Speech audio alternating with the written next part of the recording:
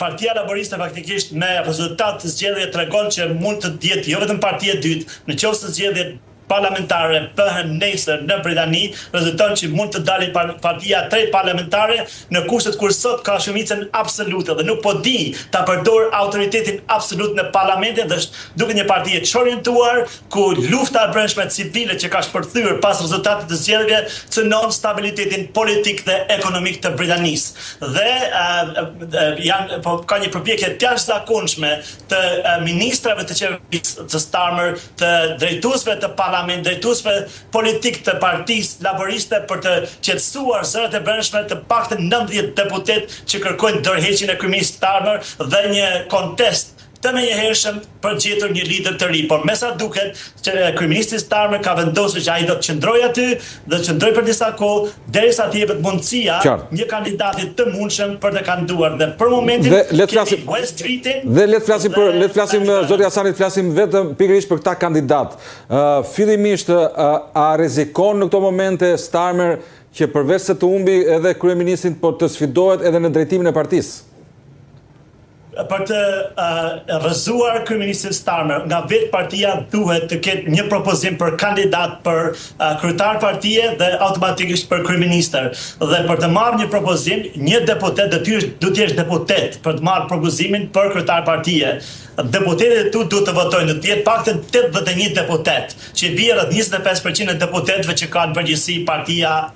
Laboriste. Dhe West Streetin dha dorëheqjen dje si ministër i shëndetësisë për të larguar dhe përgatitur sulmin e tij ose fushatën e tij elektorale. Për marrë mbështetjen e deputetëve për kandidim, pra. E kuptoj, por emrat të tjerë, zoti Hasani, çfarë roli mund të luajnë për shembull Andy Burham apo Ed Miliband në këtë krizë?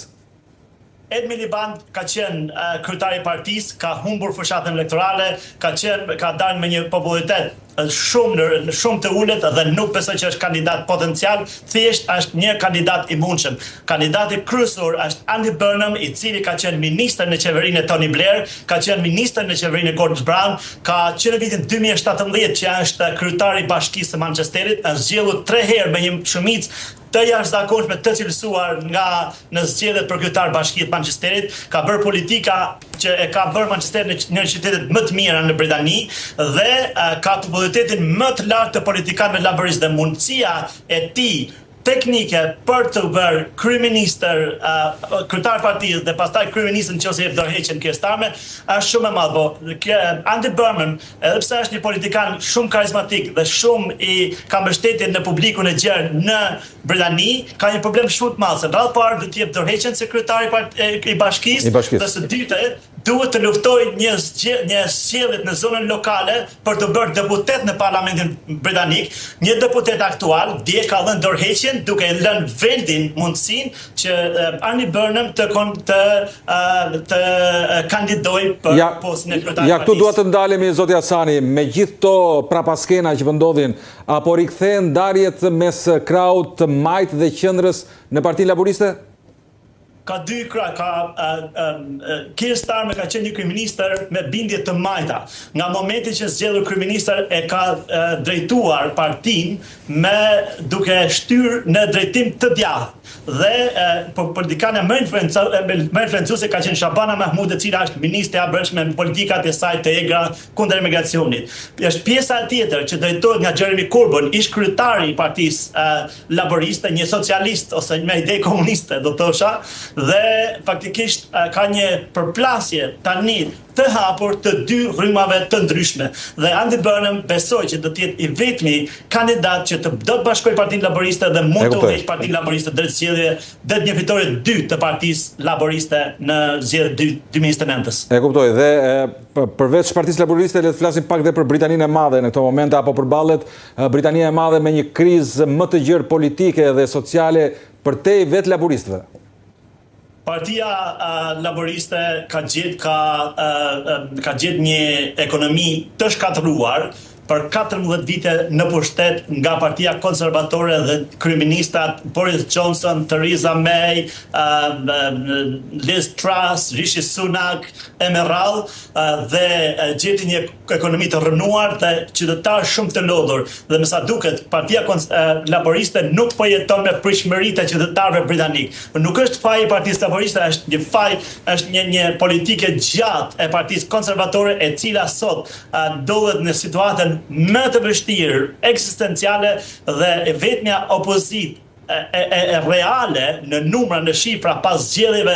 të javës së shkuar është Nigel Farage dhe partia do të flasim dhe për atë. Një parti e ekstremit të djathtë. Do të flasim dhe për partinë e Nigel Farage, por sa ndikojnë çështjet e emigracionit, ekonomisë dhe identitetit kombëtar në këtë tension politik, zoti Hasani? Nigel Farage vjen në të flasim atë, por partia konservatore u mundua që me udhëheqësit e saj, me kryeministrat u mundua që të ecë dhe një ekstremit të djathtë dhe shumë politikanë të ekstremit të djathtë, të cilët qytetarët britanik u ndan totalisht me ta dhe politikat e tyre dështuan dhe këta morën një përgjigje të merituar me 4 korrik 2024, por dështimi kolosal i Partisë Konservatore i hapi rrugën, i la terren të hapur politikanit populist të ekstremit të djathtë Nigel Farage, i cili është një politikan, siç e thash, populist, ofron zgjidhje të mrekullueshme të probleme shumë vështira. Dhe tashmë këta po forcohen, pra, si nacionalistët, ashtu dhe populistët në Mbretërinë e Bashkuar.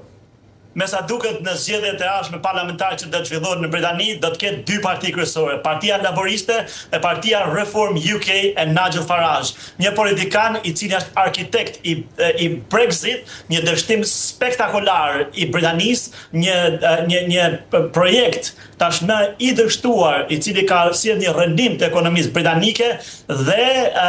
Nigel Farage pretendon se ai është i vetmja zgjidhje për Britaninë, pretendon se nacionalizmi është vetja zgjidhje, pretendon se lufta kundër çdo emigranti të huaj që vjen në Britani është ajo që i blen dhe i sjell votat Nigel Farage dhe është problemi më i madh sot në Britani është që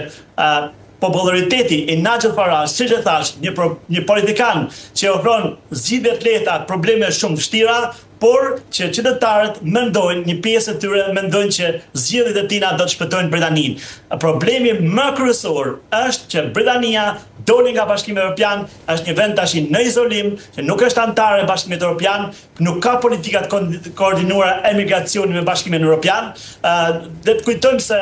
deri në vitin 2016 kur ndodhi Brexit dhe Britania doli nga Bashkimi Evropian, nuk kishte asnjë emigrant që kalonte ilegalisht kufirin me gomone. Fenomeni gomone nuk ekzistonte. Tani Britania nuk mund të kthejë asnjë azilkërkues në shtetet e Bashkimit Evropian dhe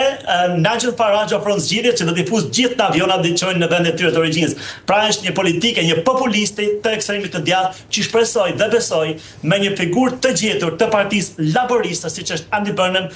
do të mund dhe nuk do të lejoj që element të ekstremit të djathtë të mbizotrojnë në politikën britanike, që të ishte një katastrofë për gjithë vendin.